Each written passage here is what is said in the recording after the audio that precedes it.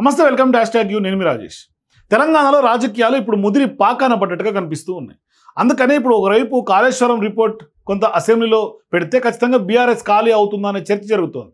మరో నలుగురు మాజీ ఎమ్మెల్యేలు కూడా ఇప్పుడు జంప్ అయ్యేందుకు ప్లాన్ చేసుకుంటున్నట్టుగా ఒక విస్తృత చర్చ పొలిటికల్ వర్గాల్లో జరుగుతోంది. మరి ఇప్పుడు రేపో మాపో వాళ్ళందరూ కూడా కాషాయ కండువా కప్పుకునేందుకు ఖచ్చితంగా ఆయా నాయకులు సిద్ధమవుతున్నారనే సంకేతాలు వస్తూ ఉన్నాయి. వీరితో పాటుగా 5గురు ఎమ్మెల్యేలు కూడా ఉన్నారా అన్న అనుమానాలు వ్యక్తమవుతున్నాయి. దానికి సంకేతాలు కూడా కొంత బలంగా వినిపిస్తూ ఉన్నాయి. అంటే అధికారం పోయి ఇప్పుడు ఏడాది తర్వాత కూడా గులాబీ పార్టీ భారీ కుదుపులకు గురవుతూ ఉంది. ఒక రకంగా ఉక్కిరి బిక్కిరి అవుతుంది.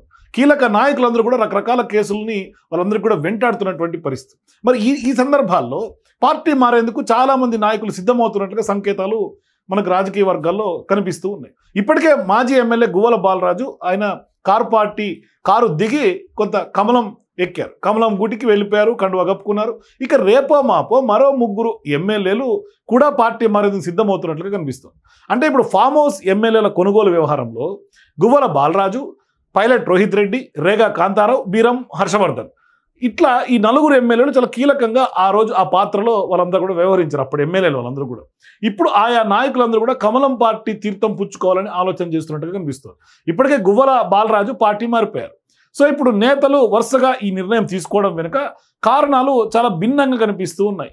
సో ఇప్పుడు కార్ పార్టీ వర్గాలు ఏం చెప్తున్నాయంటే కాళేశ్వరం నివేదిక అసెంబ్లీలో చర్చకు పెడితే తమ పార్టీకి ఇబ్బందులు తప్పవని కొందరి నాయకుల యొక్క మాట.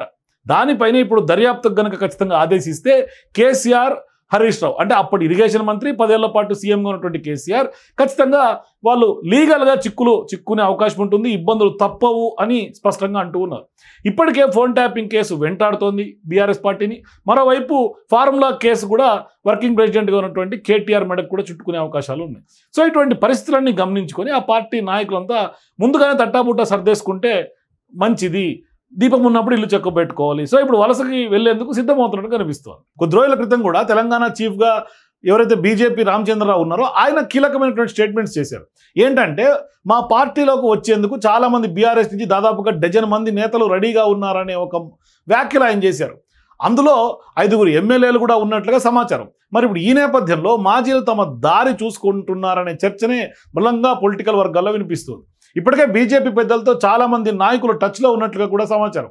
సో ఇప్పుడు ఒకవైపు స్థానిక సంస్థల ఎన్నికలు త్వరలోనే రాబోతా ఉన్నాయి కాబట్టి ఖచ్చితంగా ఆ ఎన్నికల నాటికి బీజేపీ వేవ్ పెంచుకోవాలని కూడా ప్రయత్నం చేస్తుంది. ఆ ఎన్నికల నాటికి ఆ నేతలందరినీ కూడా పార్టీని లాగేసుకొని ఖచ్చితంగా అప్పుడు బలం పుంజుకోవాలని, ఒకవేళ నిజంగానే దానికంటే లోపే హడావిడిగా హుటాహుటిన వాళ్ళందరూ కూడా మారిపోయినా ఆశ్చర్యపోవాల్సినటువంటి అవసరం కూడా లేరు అనేది మాత్రం స్పష్టంగా అర్థం. అంటే మాజీలు పార్టీలు మారుతున్నటువంటి నేపథ్యంలో ఏం చేయాలో తెలియనటువంటి స్థితిలో ఇప్పుడు బీఆర్ఎస్ పార్టీ ఉన్నటువంటి నేపథ్యం. సో ఇప్పుడు వాళ్ళందరూ కూడా పార్టీ విడిపోతే గులాబీ పార్టీ అధిష్టానం ఏం నిర్ణయం తీసుకుంటుంది అనేది కూడా కొంత వెయిట్ చేసి చూడాలి. మరి పైలట్ రోహిత్ రెడ్డి గతంలో బీజేపీ పార్టీ ఆపరేట్ చేసినటువంటి ఎమ్మెల్యే, అంటే ఫామ్ హౌస్ కేసులో కీలకమైనటువంటి వ్యక్తి అప్పటి ఎమ్మెల్యే పైలట్ రోహిత్ రెడ్డి. ఆయన ఫామ్ హౌస్లోనే చర్చ అంతా జరిగింది. అంటే అక్కడ ఫోన్ క్లిప్స్ కానీ ఇవన్నింటి మీద పెద్ద ఎత్తున బీఆర్ఎస్ పార్టీ ఉద్యమం చేసింది.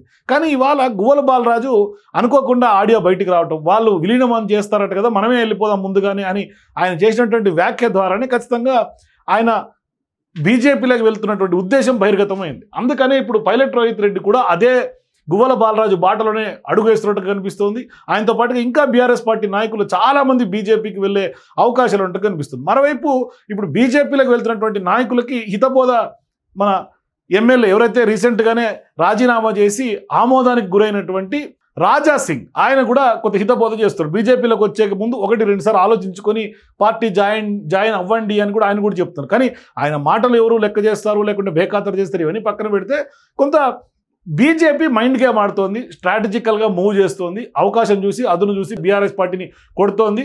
ఇప్పుడు కమలం పార్టీ దెబ్బకు గులాబీ విలువెల్లాడుతున్నటువంటి పరిస్థితులు తెలంగాణలో కనిపిస్తున్నాయి. మరోవైపు అధికార పార్టీ కూడా కొంత గులాబీ పార్టీని టార్గెట్ చేస్తుంది, బీజేపీ టార్గెట్ చేస్తుంది. బీజేపీనేమో ఆపరేషన్ ఆకర్షకు తెరలేపింది, ఇటు కాంగ్రెస్ పార్టీ ఏమో కేసులు లేకుంటే లీగల్ కాన్సిక్వెన్సెస్ లీగల్గానే వాళ్ళందరినీ కూడా ఇరకాటంలో పెడుతున్నటువంటి పరిస్థితి కనిపిస్తుంది. సో దీంతో ఇప్పుడు గులాబీ పార్టీ తెలంగాణలో ఉక్కిరిబిక్కిరవుతోంది. సో ఇప్పుడు పైలట్ రోహిత్ రెడ్డి కూడా 1-2 రోజుల్లోనే ముహూర్తం ఫిక్స్ అయినట్టుగా ప్రచారం జరుగుతుంది రాజకీయ వర్గాల్లో. ఈ దిశగా ఆయన అడుగులు వేసే అవకాశం ఉంటుంది. సో ఖచ్చితంగా ఆయన కూడా కారు దిగి కమలం పార్టీ కండువా కప్పుకునే అవకాశాలే ఎక్కువ శాతం కనిపిస్తున్నాయి. సో ఇప్పుడు మీరు కూడా పైలట్ రోహిత్ రెడ్డి గులాబీ పార్టీ వీడి కమలం పార్టీ జాయిన్ అయ్యే ఛాన్స్ ఎంతవరకు ఉంటుంది? మీ అభిప్రాయాల కింద కామెంట్స్ తెలియజేయండి. For more videos please watch #.